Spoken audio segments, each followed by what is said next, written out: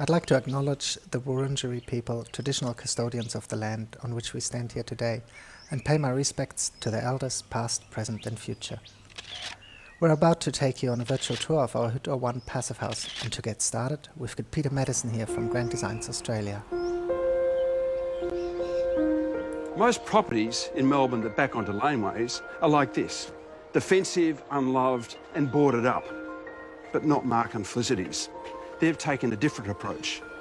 Their property has beautiful detail, brickwork that's lovingly laid, and even a window made by their daughter Annalena. And when it opens up, well, another world appears.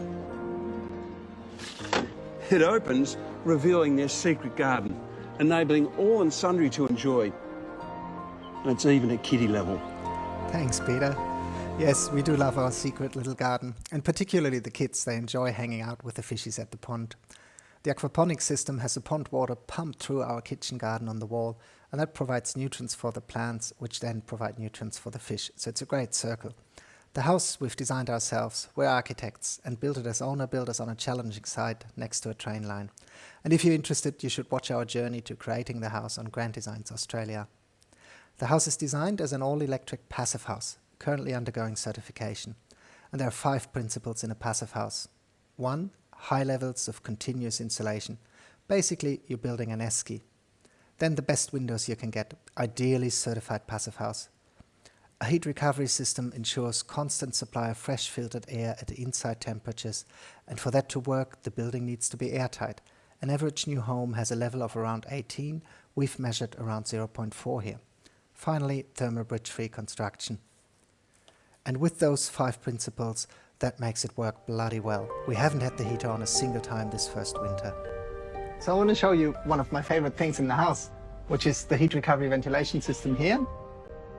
People make up the heart of a house, but this is really the lungs and the brains of a house. So what happens is it brings in fresh air from the outside, takes out the stale air from the inside, and they cross paths in this heat exchange unit. By doing that, keep the energy or use the energy that you already have rather than having to burn something and create new energy to keep your house warm and cold. I love it.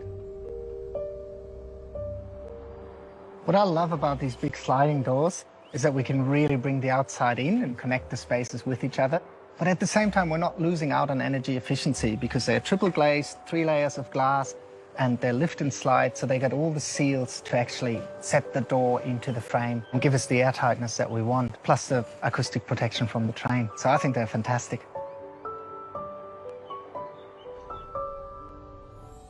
So one of the favorite spots in my house after a long day at work is this net seat.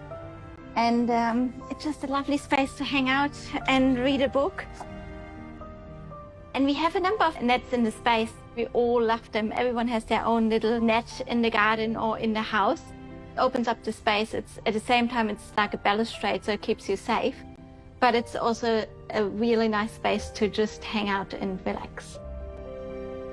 I wonder what Peter Madison's favourite things in the house are, and what he thinks about passive house and how it all comes together. To get a building permit in any town, any city in Australia, you have to perform to a certain environmental level. It's part of the building permit process. But passive houses like this one take sustainability to a whole new level through a raft of different elements and applications, including rainwater harvesting and solar collection and storage, etc. But let's start at the core of this issue, which is CLT, or cross-laminated timber. CLT forms the absolute heart of this house. Here we have a floor plate with 1, 2, 3, 4, 5 layers of CLT, and each element is at 90 degrees to one another, and that makes incredibly strong building elements to form floors, walls and stairs.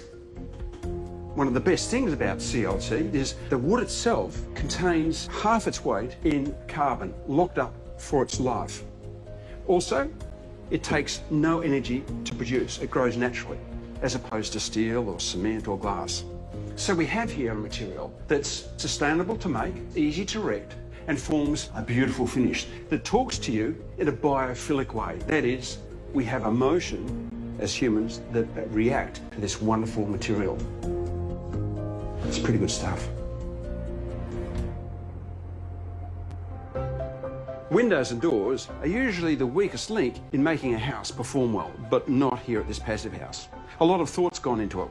We have in this house a window and door system that comprises triple glazing, so that almost no heat is transferred from the outside to the inside environment. We have doors that are like a piece of Swiss engineering. Triple seals to stop any infiltration, a door locking system that starts at the foot of the door and runs right to its head. So when it closes, it is like a bank vault. In addition, these doors also act as windows. So a twist of the handle and the door becomes a hopper window, allowing all the hot air that may be in this room to escape naturally. What a great system. Let's talk about insulation, because it has such a big part to play in making a building perform well. And on this passive house, the outside skin is just so important. So the system comprises cross-laminated timber building core, structural core, then building paper adhered to that CLT to stop any air infiltration. Then 140 millimetres of wood pulp, which really does a lot of the hard lifting. Another layer of building paper, and on top of that, some timber battens and metal skin. What a system. It works so well, and it makes passive house a great way to go. As architects, we always take the location into account and make sure we use passive solar design principles even before going towards passive house.